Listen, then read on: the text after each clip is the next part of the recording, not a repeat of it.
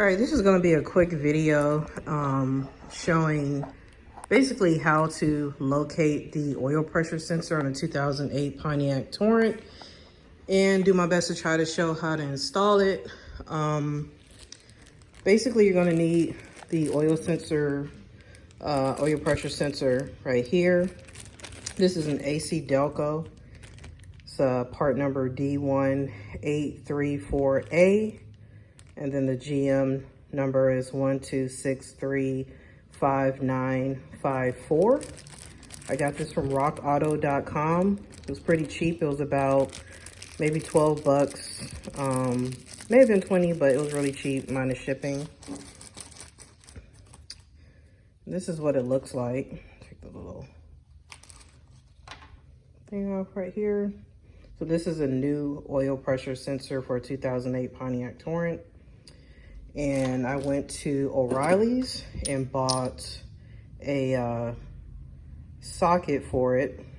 So this fits onto here because you can't really use a regular socket because of this plug right here. And this allows you to take out the old one and screw in the new one. And this is a, what is that? Lyle oil pressure switch socket.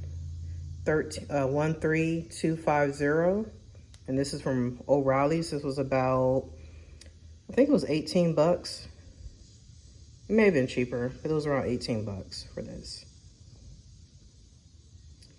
All right, so first thing you got to do is disconnect the battery. So I'm gonna take this off. This is the housing for the battery. This is the ECM right here. You just push that up, fold that over. There's some clips in the back to remove the battery. Back here, you just push those in and pull that up. Now the switch is below here, so you're gonna have to jack up the car. And I think I'm gonna have to remove the starter. So you won't be able to do it from up top because you really can't see. But that's not the switch right there, but it's right under here. So it'll be easier to access it from the bottom of the car. While I do this, I'm gonna go ahead and change my oil because you're gonna lose probably some oil taking this thing out, and it's about time for me to change my oil. So the first thing I'm gonna do is jack up the car, drain the oil pan, take off the filter, put on a new filter, and then I'll start removing the starter. All right, I'm letting the car cool down a bit because it is hot and I was driving it all morning. So I disconnected the battery. And I popped off the engine cover. You'll need to remove if you've never done this in a 2008 Pontiac Torrent, this clip is in the EGR. You just need to pull up on the little tab and pull it out. That'll allow you to pull up the cover that was sitting on here. There are two prongs in the back that hold the cover on. You just grab it and lift up. It'll pop right off. Of course, you need to move this first. This whole thing screws out, and that allows you to remove the oil cap, and you can put that back. All right, I've got the oil draining out of the oil pan right now. I'm gonna drain the oil first, then I'm going to take off the oil filter and let that drain and replace it. Put back on the drain plug, but I'm not going to fill it back with oil yet because this is the area we're looking at. We're at the front of the car, and my first attempt at this was horrible, trying to show this on camera, holding the phone and holding the flashlight at the same time, and flashlight is off again. So this is the starter, and the sensor, the oil pressure sensor, is right above the starter, and I'm probably going to have just as bad as a terrible time showing this. You're definitely going to need to take off the starter because it's going to give you too little room to work with to try to get that oil plug sensor. So the sensor is right there. That's the plug right there. That little beige white thing that you see sticking out with the black plug coming out of it, the cord cable. That's the oil pressure sensor right there. right on the other side of that green and red cable that goes into the starter. See if I can get a better view. So right there in the middle, get my flashlight, right there's the oil pressure sensor that's going into the car. That little nut that looks gold in the camera, it screws into the engine right there. That's the sensor sticking out right on the other side of the starter plug. Right there, right in the middle. So you're gonna use that socket to screw it out and then screw the new one back in. But yeah, this starter is gonna have to come out because it is in the way. And I need a new flashlight. The starter only has about 3 bolts that need to be taken out. For it to come out, it's pretty easy. You first disconnect the cable that's right there going into the starter, and loosen up that nut, take that nut off right there, take off the trigger wires. You're gonna unscrew that bolt right there, unscrew this bolt right here. You're gonna take off that fly cover right there, so unscrew that little bolt, and that little plastic cover is really small, comes off, and then just pull it out. It'll fall out, but just pull it out, and try not to let it fall out and hit you in the head and kill you. And then you'll have plenty of room to get to that thing back there, that sensor. And then put that sensor in and put the starter back in, but make sure you unplug the battery, unplug your battery first. I'm gonna use one of these oil wrenches to take off the oil filter. This is my first time ever using one. I bought this kit from Harbor Freight because I didn't know what size I needed. And it looks like I'm gonna use this 76 milliliter 14 flute. This is a Pittsburgh 6-piece oil filter cap wrench set. It's my first time using it. Let me see if this makes it easier to get off the oil filter. And I'm putting on this ACDelco Ultra Guard premium filter, UPF47R. You can get this from Amazon or Rock Auto. It's pretty cheap. This is the filter, the new filter. All right, leave that right there for now. And we'll go on to this this breaker bar. It fits right on.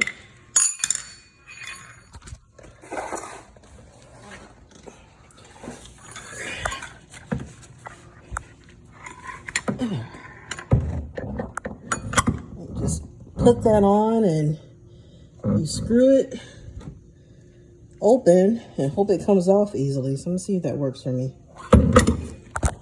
So I only have 2 hands, so I couldn't show myself screwing it off, but it came off perfectly. It took 2 seconds to get that sucker off, which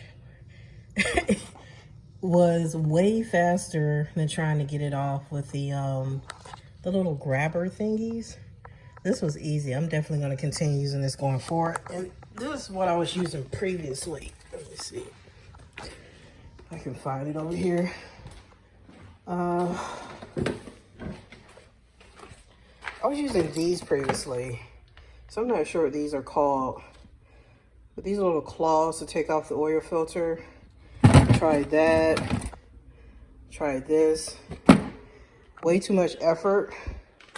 So if you've never used one of these filter cap wrenches, I definitely recommend them. Super easy. Just make sure you get the right size. So that's why I bought all 6, because I wasn't sure which one would fit. While I'm down here, I'm also going to note that since you're going to need to change your oil while you're doing this, you don't need to, but you should. Get the dang flashlight back on. Inside of, I already got the new filter back on, so this is the new filter. But if you have an oil leak, inside of this housing that holds this oil filter, this housing right here that the oil filter sits on, there's an adapter, an oil filter adapter that a lot of people probably don't bother replacing often or ever. You want to replace that pretty much every other time you change your oil. You just take off this housing. Let me see if I can even show you guys. I'm doing a terrible job with this camera. There's 3 bolts. There's a bolt right there, a bolt on the other side, and a bolt below it. And you just take those 3 bolts off. That's not the right bolt, but it's under there. You just take those 3 bolts off. That's a bolt right there. There's one on the opposite side and one on the top. And there's a filter inside of this housing. It's a flat filter that you can buy for like $7 offline, or cheaper. You can buy it for like $2 really if you get it from like Rock Auto, and that will help prevent leaks that often comes from this area. I had an oil leak a few months ago. I replaced that for the first time in probably years, and it did the trick. So definitely replace the filter that's inside of that housing along with your oil filter. Just note, when you remove these bolts for the starter, you're going to need an extension. This plug right here, the clip is on the top. Be careful taking that clip off. Just lift it up and pull out. Might need to wiggle it out a bit because there's a spongy part that sits inside of here. Be careful when you put it back on. Make sure you put the clip back on the top and it snaps in, because if you put it on upside down like I did before, this thing will vibrate out after a couple of weeks of driving and you won't be able to start your car. So make sure you put that in the right orientation and that clip snaps in and it fits in snugly when you put this back together. Before you tear anything up like I'm about to do, this clip is being held on by the bolt in the back. So that little bolt is going to have to come off that stem back there before I can pull off the trigger, pull off the power cable, the battery cable. All right, so this is the starter that's out of the car now. I had to clean it up a bit because you can see this is a brand new starter. It's only a couple of months old, and it had a lot of oil that leaked onto it from the oil pressure sensor that's above it. So I cleaned it up a bit. You're going to need a what is this? This is an 8mm socket to take off the bolt for the flywheel cover. That helps protect the I guess little motor area for the starter. These 2 bolts came off. This is the one that's furthest away in the back. This is the one in the front. These are both 15mm. You're going to use a 15mm socket to get those off. And then this little nut right here that holds on the trigger wires, that is a 13mm. So you can use a 13mm to get that little this off that holds on the wires, the trigger wires. All right, so I'm up under the car now with the starter out the way. So we got a direct shot of the oil pressure sensor right there. So this is where the starter should be. That's the oil filter right there. Starter should be right there. Those are the trigger wires for the starter and the power cable for the starter that goes to the battery. See all that caked up oil? That came from what I believe to be that sensor right there. And that's been happening for years. So this isn't within the last couple of weeks or months. This has been this way for years. And I'm finally getting around to changing out the oil pressure sensor. It went from coming on every once in a blue moon. I would get a an alert on the computer in the car, on the dashboard. So pretty much every time I would start up the car. And all this oil leak got onto my original starter, and the car stopped turning on. And I got under the car and saw that the starter was caked in oil. And I wasn't sure if it was a bad starter or the starter went bad because it was coated in oil, or a combination of both, or whatever, but it was definitely caused by this. So I put in a new starter and it's been running great, but I still got this leak here. So I'm about to replace that. But that's the oil pressure sensor right there, right above the starter. Pull that clip out and screw that out. And what I'm going to do, I bought some wire cleaner. I'm going to spray that onto the cables to get them cleaned up and let them dry, and then put everything back in. All right. So this is what the old sensor is looking out like now that it's out. It's caked up in old oil that's built up over the years. It's pretty dirty. It still works, it's just not that great. I think this is the original sensor that came with this car, so it's nearly 20 years old. I've never replaced it. I'm going to clean it up and keep it as a backup just in case. But yeah, this is what it looks like out.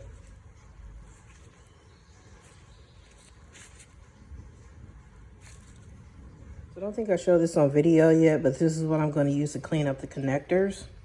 I'm just going to lightly spray this stuff on, wipe it down, spray it again, and let it dry. Just to make sure I get a good connection. I picked this up from Harbor Freight for about 10 bucks. You can get it from Walmart for about 8 bucks. All right, so I got the new one back in. I unscrewed it, cleaned up the surface area, screwed it back in, and put the clip back on after I cleaned up the clip.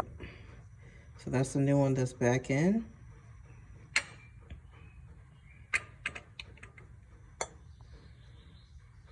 And hopefully it works.